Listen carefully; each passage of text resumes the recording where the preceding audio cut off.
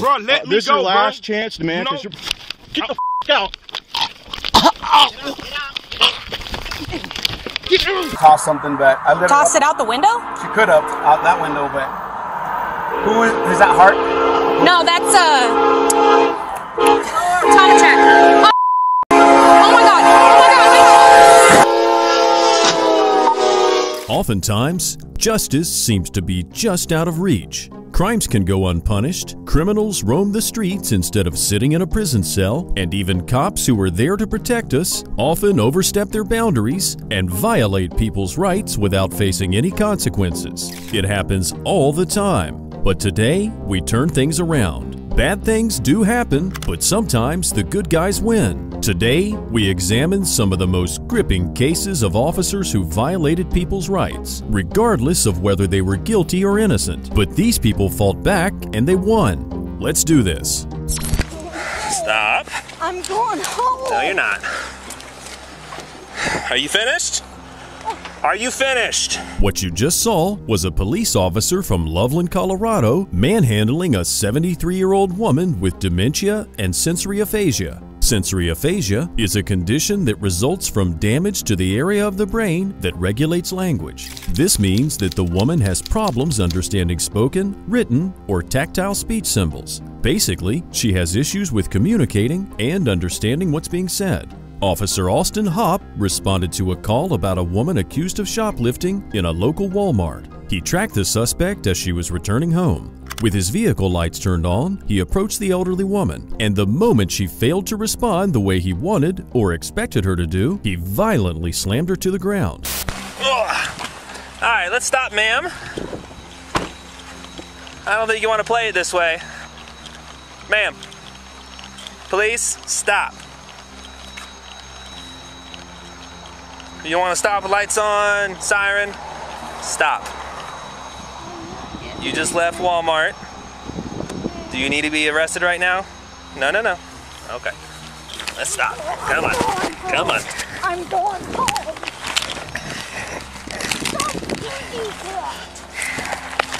No, no, no, no, on the ground. Stay on the ground. I'm going home. On the ground. On the ground.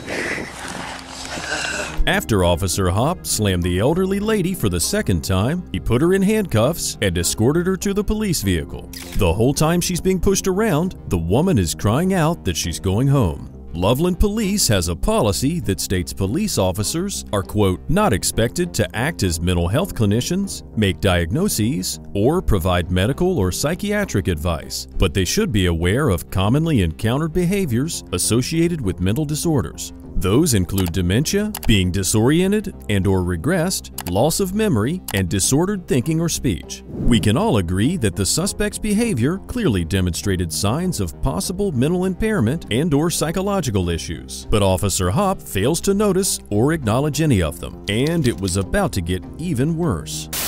We don't play this game. You understand me? And if you try to kick me, oh, this is gonna be bad. I'm going home. Stop. I'm going home. I'm going home. I'm going Quit. home. Ow. Are you finished? I'm going home.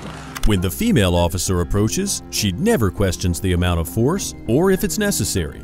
Both officers continue to manhandle the elderly woman and once again throw her to the ground. It's obvious that the woman resisted and tried to slip out of her cuffs, but not once did any of the officers try to reason with her, except by replying that she wasn't going home. Neither of them stopped for a second and tried to reassess the situation. They just continued berating her and applying unnecessary force. Once Officer Hopp had the suspect in the squad vehicle, a man approached and addressed the officers. Quit. Quit. What? What are you doing? Get out of here. This is not your business.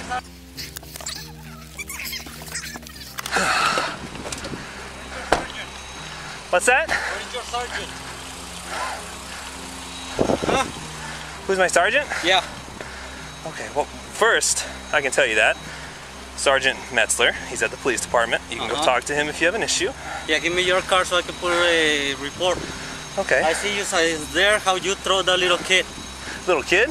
Well, I don't know. He's not if a little kid. kid. And this He is what was happened. just walking, and I see you how She you just- grab him. Officer Hop then begins to explain that it's a woman and that she'd been stealing from Walmart. In fact, she failed. But even so, this situation clearly depicts the excessive amount of force used because the suspect didn't attack or threaten the officer in any way. This concerned citizen was right to question the officer's methods. According to the Colorado Revised Statutes, peace officers, in carrying out their duties, shall apply nonviolent means when possible, before resorting to the use of physical force. A peace officer may use physical force only when nonviolent means would be ineffective in effecting an arrest. Get your feet in the car. All right. Here, let me see your feet.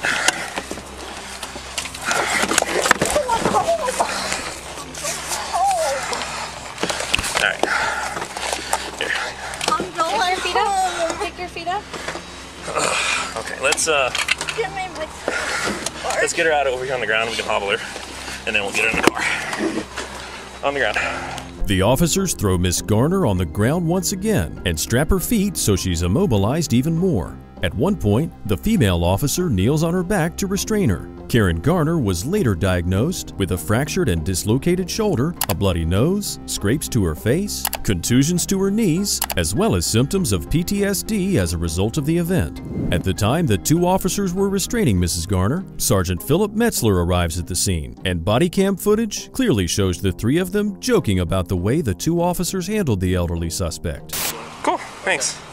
You guys are okay? Yep, we're good. You're a little muddy, dude. I think we're doing A little inspections bloody, a tonight. little muddy. That's how it works. Yeah, is the blood on her? Yeah, that's our blood.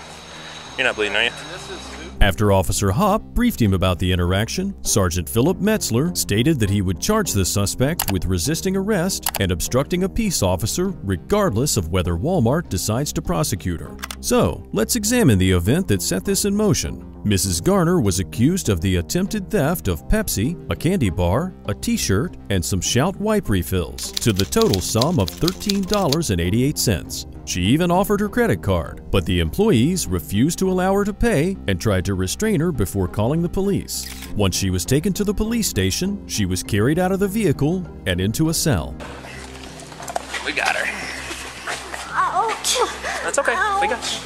We got you.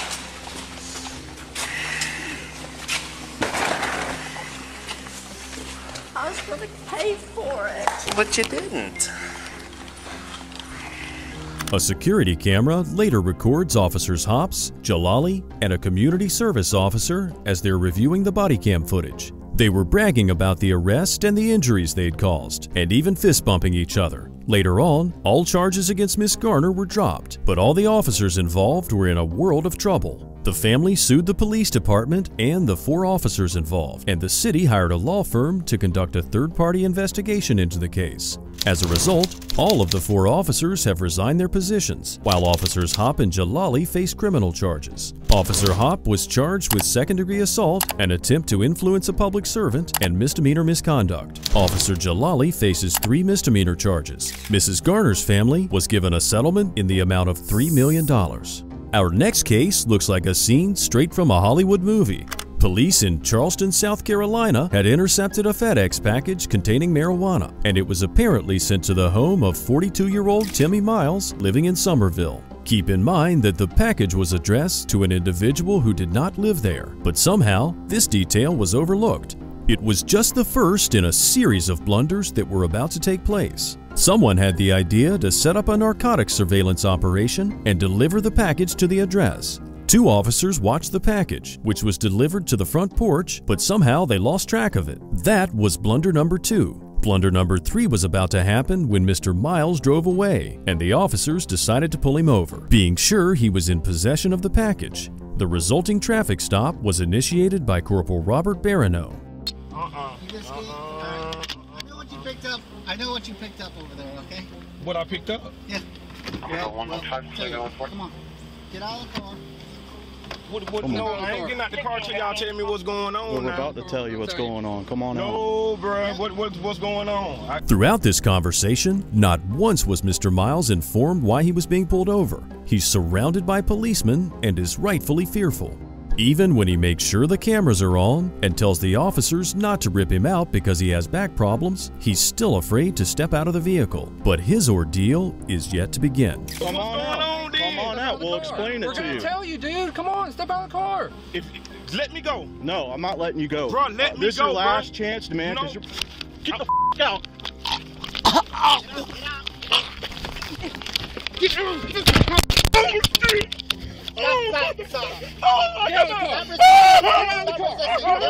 Get on the ground. Hands behind your back. Why you punch me in my face? I don't know what's going on. Once he refused to step out, Corporal Barano grabbed Mr. Miles by the throat, ripping him out of the vehicle and punching him in the face several times. Even if the suspect was wrong for not obeying a lawful order, the use of force in this incident is not justifiable. Mr. Miles is visibly shaken and hurt, and he still has no clue why all this is happening, and nobody's telling him. At the moment, the officers are busy searching his car, and they soon realize the package is not there. I'm telling you what's going on. What's going on? Don't punch me in my face. That hurt, man. That He was wrapping up, so gave the nose thing. 8-7 call. At the house? Yeah, we need to go there now. Yep. Hey, if we need to do it, we need to fuck. We need to... I'll follow up for you. 521. Yeah, I sure do. My face is hurt, man. Somebody punch me. I'm a good citizen. Punch me. Raven, No, man, let me go. You said he thought I was going in 300, but it's still there. We gotta confirm with him. yeah, we have to make sure. If we're not, we don't have anything.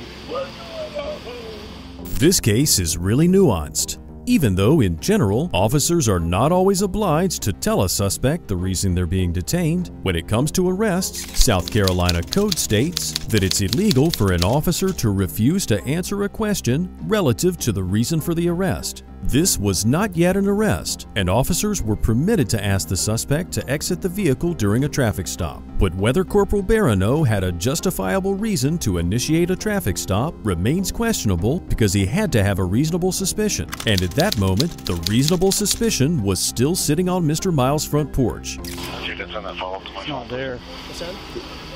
They lost sight of the box, and this car left. We stopped it. He didn't want to get out. We had to extract them. It's not there. Yeah. Yep. Somebody sit on the outside? We got them lookers. Yeah, just get newer killing up. 110 call. Still on the porch. Naz. Naz. Resisting. Oh, mother. Man, y'all get me. It's on the porch still. At this point, the officers received information that the package was still at the house. Even after realizing their blunder, and with all the reasonable suspicion gone, they still keep Mr. Miles handcuffed. I mean, after grabbing him by the throat and punching him, they can't just let him go now, can they? So they try their best to find at least something. Still sitting down. You want to search it? What? His car? Yeah. Continue research. I mean, we'll get a dog because right now he's going to say no. He didn't pick up the package. So let's get a dog, make sure there's probable cause we search the car. I already pumped the trunk for safety, but... By this time, Mr. Miles is realizing how wrong all of this is, and he's getting visibly more frustrated by the second. He's demanding cards from all the officers, and at one point, he even confronts the officer who punched him with a sobering message. You brave. You a brave cat. With all that on, you real brave to be punching on, choking people, man. You wrong. I'm gonna tell you something, and I mark my word. If you don't stop, God gonna get you, bruh. I'm for real now. If you don't slow down and do right, God gonna get you, man. I'm for real, bro. I don't care how much hatred you have against me. When you hate me, you hate God too, bruh. I'm telling you now. We might be different, but deep down inside, we the same mother. Mr. Miles then explains that he would have complied if only they had told him what was going on. People are getting killed by cops in the street, and once he was swarmed by police officers, he was understandably afraid to get out of the vehicle. He called the officers ruthless and thuggish, and after all that's transpired, who can blame him?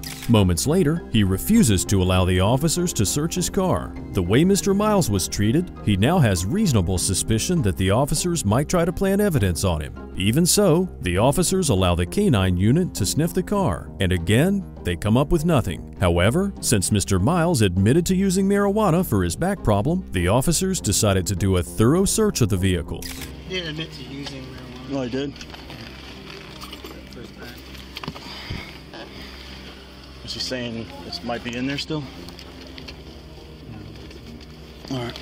Mr. Miles was taken to the hospital by EMS and later arrested on 2 charges: possession with intent to distribute marijuana and disobeying a lawful order of police. Both charges were dropped, and Corporal Barano was fired 2 weeks after the incident. The report stated that not only did he strike the defendant twice, but that another detective could be seen grabbing Corporal Barano's arm, apparently preventing him from delivering more fist strikes to the suspect's face. Since Mr. Miles was only verbally refusing to comply, which is considered a passive form of resisting, and he posed no imminent threat of danger to the corporal or other officers, this use of force was excessive and not justifiable. Barano was later arrested and charged with 3rd-degree assault and battery, and he was sentenced to time already served. Mr. Miles sued the police, and the trial is ongoing. But what bothers me is that none of the other officers have faced any reprimand for their complicit actions, and continue to arrest Mr. Miles with no probable cause whatsoever.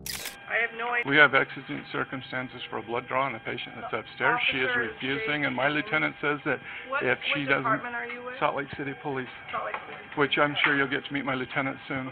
And if I don't get to go get the blood, I'm taking her to jail. Why are you so... Please, sir, you're hurting me. Then walk! No, I have no reason to walk. Stop! You're hurting me and assaulting me. Please, I can't believe it.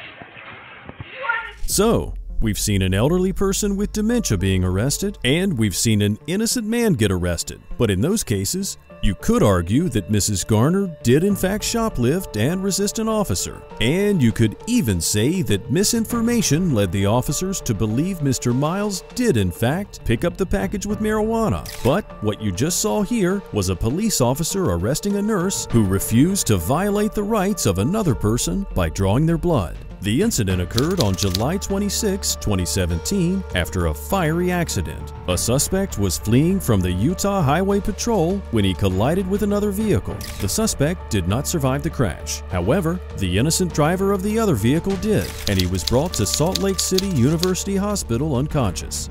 Detective Jeff Payne of the Salt Lake Police Department was asked to go there and retrieve a blood sample from the innocent driver and to check for any chemical substances. He was greeted by nurse Alex Wubbles.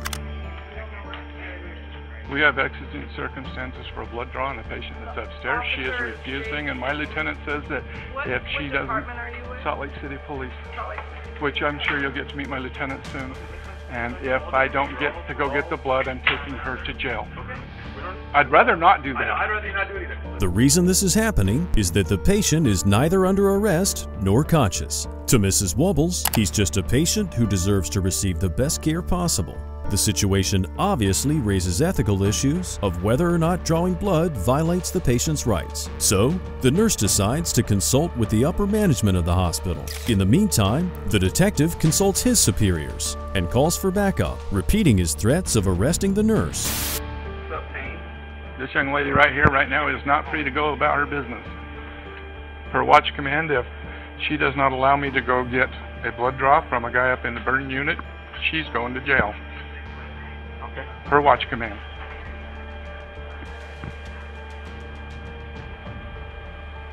And I'm just trying to do what I've been told to do by the hospital. Where's the disconnect? Yeah, what's the problem? They don't want to abide by the implied consent law or exigent circumstances. They want it to be a search warrant. Now, we'll get into the legalities of this situation in just a minute, but have you noticed how the detective repeatedly points his finger at the nurse in a threatening manner? Even though he mentioned that arresting the nurse was his lieutenant's idea, it's clear that his ego was hurt by her refusal, and he's getting more and more agitated by the situation. And Nurse Wubbles even confronts him about it. I don't know why you have to be so awful and threatening. I'm not here to impede I'm just stating what will happen. We can both say that, sir. I'm just a nurse trying to protect the patients and do what my hospital has obligated me to do. Believe it or not, I'm trying to protect him too. I'm not trying to get him on criminal charges. I didn't say you were. I'm trying to do innocently what I've been told to do. Okay. Let's get back to the legal matters at hand. The implied consent law, found in the Utah Traffic Code, states that any person operating a motor vehicle in Utah is consenting to a chemical test, or a test of the breath, blood, urine, or oral fluids to check for possible drug or alcohol use, under the condition that the officer has reasonable suspicion that the driver was operating the motor vehicle while impaired, which is not the case here. The exigent circumstances refer to search and seizure, which is regulated by the Fourth Amendment. In the case of Missouri versus McNeely, the Supreme Court ruled that drawing blood from a patient in a criminal investigation was in fact a search for Fourth Amendment purposes. In this case, the detective once again lacked probable cause to suspect the patient was driving under the influence, so the exigent circumstances do not apply. But let's see what Nurse Wubbles had to say in her defense. So I have this, it says obtaining blood samples for police enforcement from patients suspected to be under the influence. Okay? This is something that you guys agreed to with this hospital. The three things that allow us to do that are if you have an electronic warrant, patient consent, or patient under arrest. And neither of those things, the patient can't consent. He's told me repeatedly that he doesn't have a warrant, and the patient is not under arrest. So I'm just trying to do what I'm supposed to do. That's all. So, the situation couldn't be clearer. The nurse is acting according to the agreement her hospital has with the police, and the detective has no right to demand the blood sample, let alone put her under arrest. But that's exactly what happens next. And when Lieutenant James Tracy arrives, he continues berating the nurse and pressing her to draw blood from the unconscious patient in the burn unit. What I'm telling you is, we are not making a mistake, okay? I've done this for 22 plus years. I know what the law is when it comes to search and seizure, all right? And what you have done, because your bosses are telling you to, has been to prevent this officer who was called out to do a job, to do his job. That's obstructing justice, okay? I understand you're not trying, but you're succeeding. That's the problem, okay? After being detained and intimidated for about 20 minutes, Nurse Wubbles was released without charges. Later that year, she reached a $500,000 settlement with Salt Lake City and the University Hospital, without even suing the police. There was an internal investigation into both of the officers, so they started blaming each other. Detective Payne claimed he was merely following orders, and the lieutenant claimed the detective withheld information such as the lack of probable cause. Detective Payne was fired for violating department policies. James Tracy was demoted to the rank of officer. Whenever there's a possible firearm involved, police officers are understandably on edge. However, in our next case, the heightened state of alertness caused them to become extremely neglectful and leave a possibly innocent suspect in a life-threatening situation. However, considering the circumstances, that could be the understatement of the century.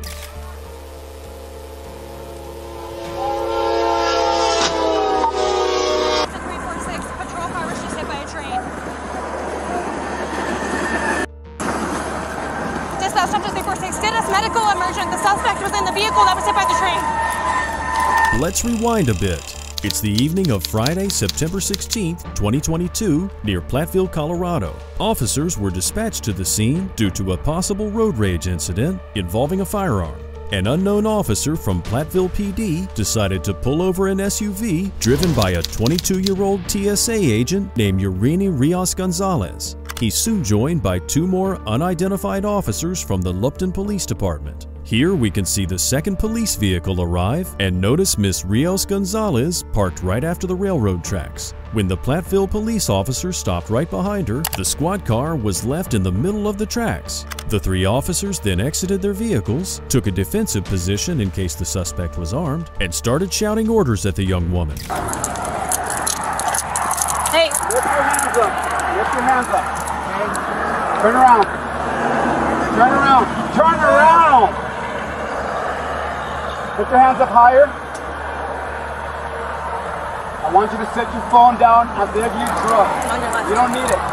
Even though she can probably barely hear the commands from ongoing traffic, the suspect complies with the orders of the officer. She's being held at gunpoint, yet remains calm and cooperative the entire time. Stop right there.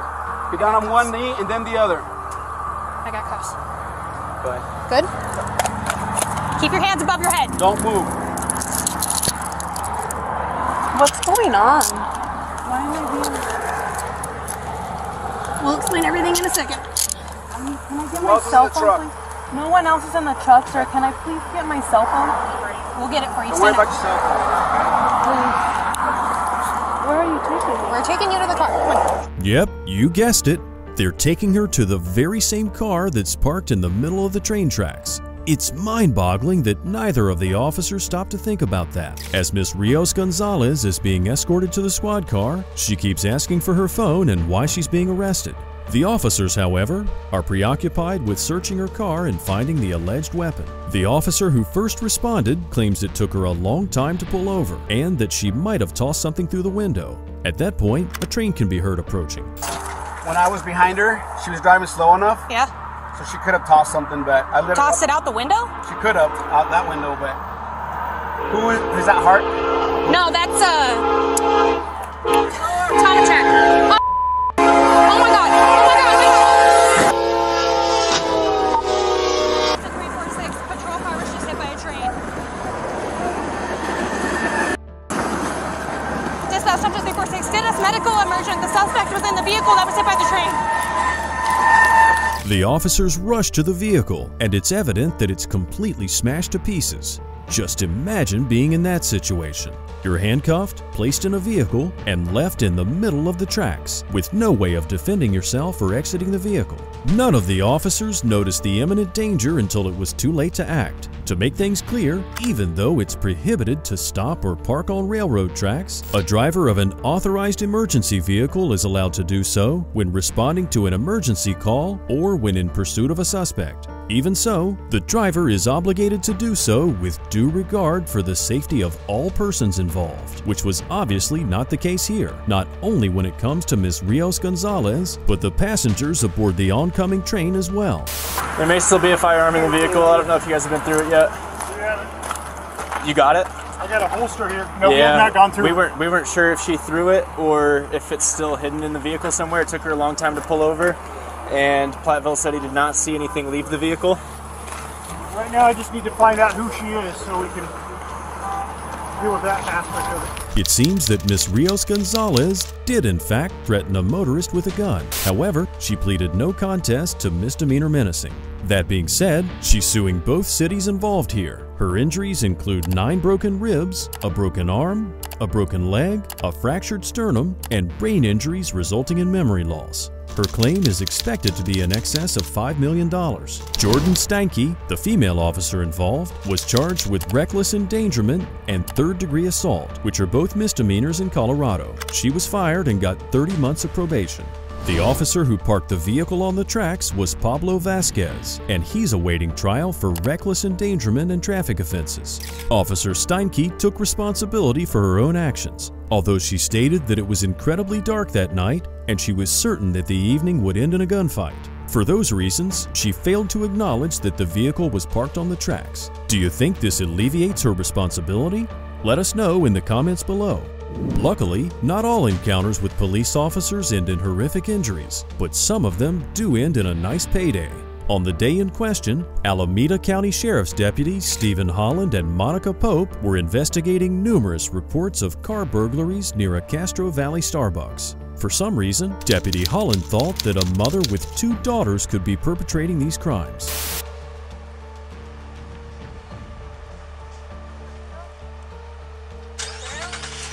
Hi. Hi. How are you? Hi. What are you guys doing here? Waiting to go to Starbucks in a second. Why? Is there a problem? We can't, Well, sit here. Well, actually, let me tell you why I'm here. Okay. I've been having auto break-ins in this parking lot every morning around this time. Thank you very much. So I've been driving around here, okay? And I noticed that you guys aren't doing nothing but hanging out.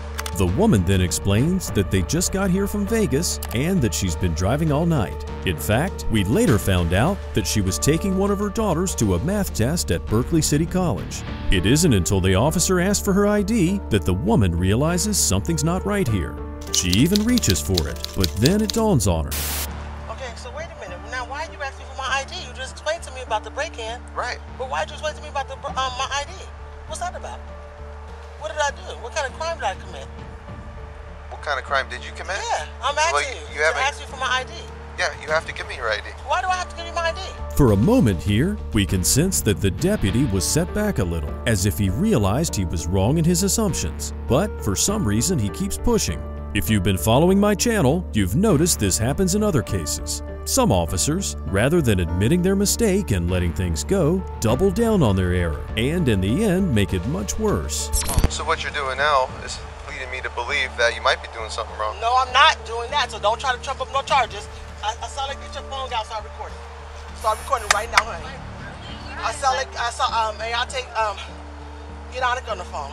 Get on it on the phone. Why are you getting so worked up? Because I gotta have protection. Because I don't know where this is about to go. I gotta have protection. Well, it's not gonna go anywhere if you cooperate. You can hear the distress in the woman's voice, and it's completely justified. The truth is, her name is Asale Lagervale, and she was taking her two daughters to Berkeley, where one of them was about to have a math test. She just realized that she was being approached by an officer who suspected her of being behind the car burglaries that had been going on in the area.